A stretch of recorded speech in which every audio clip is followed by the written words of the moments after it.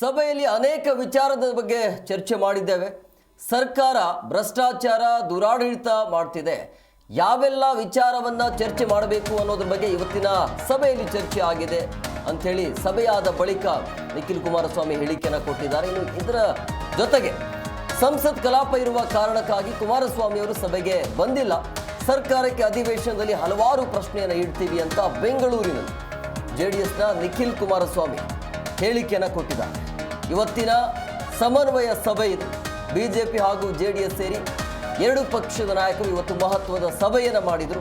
ನಾಳೆ ಅಧಿವೇಶನ ಇರುವಂಥ ಹಿನ್ನೆಲೆಯಲ್ಲಿ ಸರ್ಕಾರವನ್ನು ಯಾವ ರೀತಿಯಾಗಿ ಇಕ್ಕಟ್ಟಿಗೆ ಸಿಲುಕಿಸಬೇಕು ಅನ್ನೋದ್ರ ಬಗ್ಗೆ ಚರ್ಚೆ ಆಗಿದೆ. ಯಾವೆಲ್ಲ ವಿಚಾರವನ್ನು ಪ್ರಸ್ತಾಪ ಮಾಡಬೇಕು ಅನ್ನೋದ್ರ ಬಗ್ಗೆ. ಹಾಗಂತೇಳಿ ಕಾಂಗ್ರೆಸ್ ಸರ್ಕಾರವು ಕೂಡ ಸುಮ್ಮನೆ ಅಂತ ಇರೋದಿಲ್ಲ. ಅದಕ್ಕೆ ಯಾವ ರೀತಿಯಾಗಿ ತಿರುಗೇಟು ಕೊಡಬೇಕು ಅನ್ನೋದು ಕೂಡ ಅವರು ಕೂಡ ತಯಾರಿಯನ್ನು ಮಾಡಿಕೊಂಡಿದ್ದಾರೆ. ಸೊ ನಾಳೆ ಅಧಿವೇಶನ ಆರಂಭ ಆಗುತ್ತೆ. ನಡೀತಾ ಇರತಕ್ಕಂಥ ಈ ಒಂದು ಅಧಿವೇಶನದಲ್ಲಿ ಯಾವ ವಿಚಾರವನ್ನ ವಿಧಾನ ಮಂಡಲದಲ್ಲಿ ಪ್ರಸ್ತಾವನೆಯನ್ನ ಇಡಬೇಕು ಅಂತಕ್ಕಂಥದ್ರ ಬಗ್ಗೆ ಈಗಾಗಲೇ ಸ್ಪಷ್ಟವಾಗಿ ಕೆಲವೊಂದಷ್ಟು ತೀರ್ಮಾನಗಳು ನಿರ್ಧಾರಗಳು ಜೊತೆಯಲ್ಲಿ ಹಲವಾರು ಸಲಹೆ ಸೂಚನೆಗಳನ್ನ ಪಡ್ಕೊಂಡಿದ್ದಾರೆ.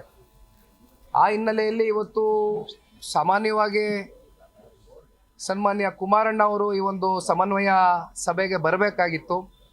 ಆದರೆ ನವದೆಹಲಿಯಲ್ಲಿ ಪಾರ್ಲಿಮೆಂಟ್ ಸೆಷನ್ ಏನು ನಡೀತಾ ಇದೆ, ಆ ಹಿನ್ನೆಲೆಯಲ್ಲಿ ಅವರ ಒಂದು ಅನುಪಸ್ಥಿತಿಯಲ್ಲಿ ಮಾನ್ಯ ಅಶೋಕಣ್ಣ ಅವರು ಒಂದು ವಾರದ ಹಿಂದೆನೇ ಫೋನ್ ಮಾಡಿ ಈ ರೀತಿ ಎಲ್ಲ ನಮ್ಮ ಪಕ್ಷದ ಶಾಸಕ ಮಿತ್ರರು JDLP ನಾಯಕರಾಗಿರ್ತಕ್ಕಂಥ ಬಾಬಣ್ಣ ಅವರು ನಾವೆಲ್ಲ ಒಟ್ಟಾಗಿ ಸೇರಿ ಇವತ್ತಿನ ದಿನ ನಿಗದಿ ಮಾಡಿದ್ದೇವೆ. ಬಂದು ಕೂತ್ಕೊಂಡು ಒಂದಷ್ಟು ಚರ್ಚೆಗಳನ್ನ ಮಾಡಿ ಇವತ್ತು ರಾಜ್ಯ ಸರ್ಕಾರ ಜನವಿರೋಧಿ, ರೈತ ವಿರೋಧಿ, ಅದರಲ್ಲೂ ಪರಿಶಿಷ್ಟ ಜಾತಿ ಪರಿಶಿಷ್ಟ ಪಂಗಡಕ್ಕೆ ಪ್ರತಿ ವರ್ಷ TSP ಇವೆಲ್ಲ ವಿಚಾರದ ಬಗ್ಗೆ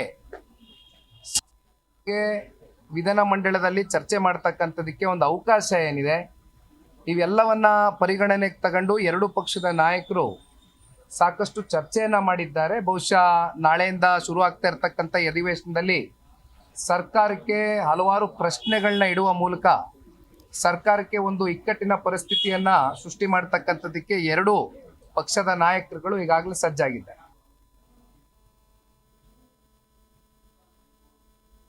8-9 ದಿನಗಳ ಕಾಲ ನಡೀತಾ ಇರತಕ್ಕ